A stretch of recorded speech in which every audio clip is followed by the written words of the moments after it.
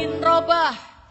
Ibu, Bilal bin Rabah. Siapa di antara kita yang enggak tahu Bilal bin Rabah? Dari budak belian, Bu. Ibu tahu budak zaman perbudakan dulu dijual di pasar. Jadi kayak sekarang nih di Jakarta nih saya pernah lihat namanya pasar kambing. Ibu pernah ke pasar kambing? Saya nggak pernah, Bu, cuman lewat doang. Ternyata pasar kambing beneran pasar kambing, yang dijual kambing semua. Segala macem jenisnya kambing. Bu, orang kalau mau lihat kambing, ada nggak yang lihat gue naksir nih meni kambing, hidungnya mancung? Nggak ada. Yang dilihat cuman, wah dagingnya banyak apa enggak nih? Kan begitu? Badannya sehat apa enggak nih? Itu aja yang dilihat. Nggak ada juga, nih kambing kayaknya pinter dah. Kita beli yuk. Pinter apaan? Pinter ngomong, ngembeknya lain dah tuh, dengerin dah. Nggak ada. Kambing dinilainya karena badannya aja, Bu. Bahkan bukan kecantikannya, bahkan bukan karena kecerdasannya. Dan melulu badannya aja yang dia lihat. Budak zaman dulu kayak begitu. Jadi itu orang kalau pergi ke pasar bisa aja buat beli budak, beli orang. Zaman itu ya, Bu ya. Itu nanti kalau beli budak tuh, Bu, diteken-teken kulitnya biar tahu lembek apa keras. Ditarik-tarik rambutnya buat cari tahu keritingnya asli apa bikinan. Karena katanya kulitnya semakin gelap, rambutnya semakin keriting lebih kuat. Yoni ibu-ibu lihat, inget-ingetin keriting apa? Keriting apa lurus? Kayak barang, kayak binatang.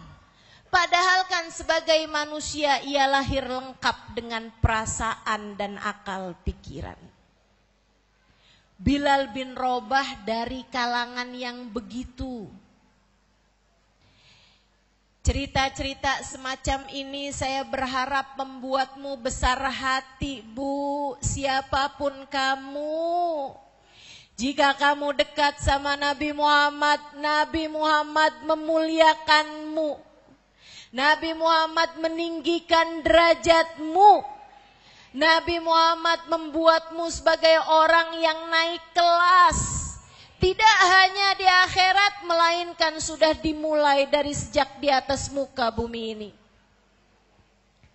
Kamu jadi bertambah mulianya, bertambah berkahnya, bertambah kebahagiaan dalam hidupnya, bertambah kebaikan hatinya, bertambah mustajab doanya.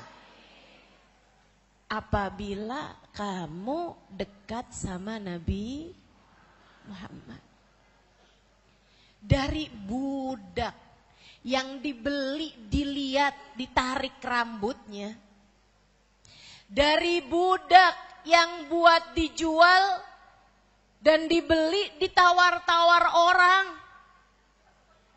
Ibu-ibu seiku sekalian yang saya muliakan, Islam masuk ke dalam hatinya Bilal sampai membuat Nabi Muhammad di saat Fathu Mekah memerintahkan Bilal, ya Bilal, itla' fauqal Ka'bah. Wahai Bilal, naiklah di atas Ka'bah. Wa adzin bin nas, dan azanlah wahai Bilal. Ibu, dari zaman dulu, Bu, dari zamannya Nabi sampai zaman sekarang, bahkan dari zamannya Nabi Ibrahim sampai sekarang, Ka'bah tuh nggak pernah jadi tempat yang biasa-biasa aja, nggak pernah. Selalu jadi tempat yang paling dimuliakan di atas muka bumi ini. Sampai sekarang orang tuh kalau bisa masuk ke dalam Ka'bah itu kalangannya presiden. Orang biasa mau kamu ngajuin proposal ke pemerintahan Saudi Arabia, saya mau masuk ke dalam Ka'bah. Kagak dianggap ibu-ibu sekalian. Mau dia, saya mau bayar 5 miliar buat bisa saya masuk ke dalam Ka'bah. Bisa? Nggak bisa. Nggak bisa. Ini ibu-ibu saudaraku sekalian, Bilal bin Rabah bukan hanya masuk ke dalam Ka'bah, Nabi Muhammad memerintahkannya naik di atas Ka'bah. Dari seseorang budak yang ditawar orang ketika hendak dibeli.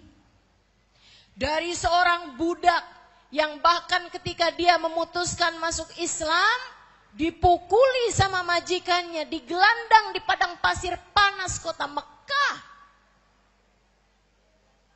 Akan tetapi, ia kemudian menjadi seseorang yang Nabi Muhammad perintahkan untuk naik di atas Ka'bah. Di atas muka bumi, Bilal di atasnya. Kemuliaan macam apa itu? Saudariku sekalian saya muliakan, dunia tuh, di dunia Bilal jadi orang mulia ibu-ibu. Sampai habis wafatnya Nabi Muhammad, Bilal berangkat ke Irak, hijrah di Irak. Orang Irak manggil Bilal udah bukan Bilal lagi. Kalaupun manggil nama Bilal, di depannya dipakein Sayyidina Bilal. Dari budak belian menjadi Sayyiduna Bilal. Kebanyakan orang ketika memanggil Bilal, bukan lagi namanya, akan tetapi ya sahib Rasulullah. Wahai sahabat Rasulullah. Ya sahib Rasulullah. Sampai ada datang seorang perempuan bawa anaknya hampir mati. Dia bawa ke rumahnya Sayyidina Bilal, ya sahib Rasulullah. Wahai sahabat Rasulullah, tolongin saya. Anak saya sakit, udah berapa hari saya bawa ke dokter macem-macem gak bisa sembuh. Udah nyaris koma bu anaknya bu, udah lemes banget, udah sakit banget, masuk makanan gak bisa, masuk minum gak bisa. Badan udah pucat pasi, gak bisa gerak lagi udah. Ya sahib Rasulullah, wahai sahabat Rasulullah, tolongin anak saya. Bilal masuk dulu ke dalam kamarnya, keluar dengan membawa sebuah baju. Dipakaikan baju itu kepada sang anak, diselimutkan sampai nutupin semua badannya. Karena baju dewasa, dipakai anak kecil kan ketutup semua. Sampai ke kepalanya, sampai ke matanya. Dia bilang, ya sahib Rasulillah, tolong baca-bacain anak saya. Berbuatlah sesuatu pada anak saya. Kata Sayyidina Bilal, tungguin bu, tungguin, biarin aja, tungguin. Mahlan alish. Diemin aja anaknya. Tungguin semenit, 2 menit, 3 menit, subhanallah, kayak ada aliran darah. Kayak ada aliran energi masuk ke dalam anak tersebut. Sampai kemudian sang anak mulai buka mata, sang anak mulai gerak-gerakin badan. Sang anak duduk, sang anak berdiri, sang anak memeluk ibunya. Sembuh seperti sedia kala, kayak gak punya penyakit apa-apa. Ibunya girang banget. Makasih wahai sahabat Rasulullah, ya sahib Rasulullah, jazakumullah khair, jazakumullah khair. Makasih banyak, makasih banyak. Jadi orang yang sangat berkah. Dia pun nanya, pakaian apa ini yang kau pakaikan kepada anakku ini? Sayyidina Bilal tersenyum, kemudian mengatakan, innahu thawbu Rasulillah. Itu adalah bajunya Nabi Muhammad. Yang Nabi Muhammad hadiahkan kepada saya. Ibu-ibu sekalian, Bilal jadi mulia karena Nabi Muhammad. Ini baru di dunia, belum di akhirat. Nabi cerita ketika beliau Isra Mi'raj, Nabi kan diajak jalan-jalan tuh ke surga. Nabi dengerin suara sendal kena air. Kayak sendal lagi di kamar mandi, lagi wudhu gitu. Nabi nanya, ya Jibril, suara apa itu wahai Jibril di surga? Kok kedengeran suara sendal? Dzaka na'lu Bilal. Kata Sayyidina Jibril, itu adalah sendalnya Bilal bin Rabah. Nabi waktu turun nanya sama Bilal, Bilal, apa yang kamu lakukan dengan sendalmu itu di kamar mandi? Kata Sayyidina Bilal, wahai Rasul, saya enggak betah, enggak punya wudu. Tiap batal wudu, saya pergi wudu lagi. Tiap habis selesai wudu, saya akan sholat sunnah wudu 2 rakaat. Sholat sunnah tahiyatul wudu 2 rakaat. Kata Nabi Muhammad, itu sebabnya wahai Bilal, mengapa saya mendengar suara sendalmu di surga. Dari budak belian menjadi seseorang yang masuk surga sama sendal-sendalnya.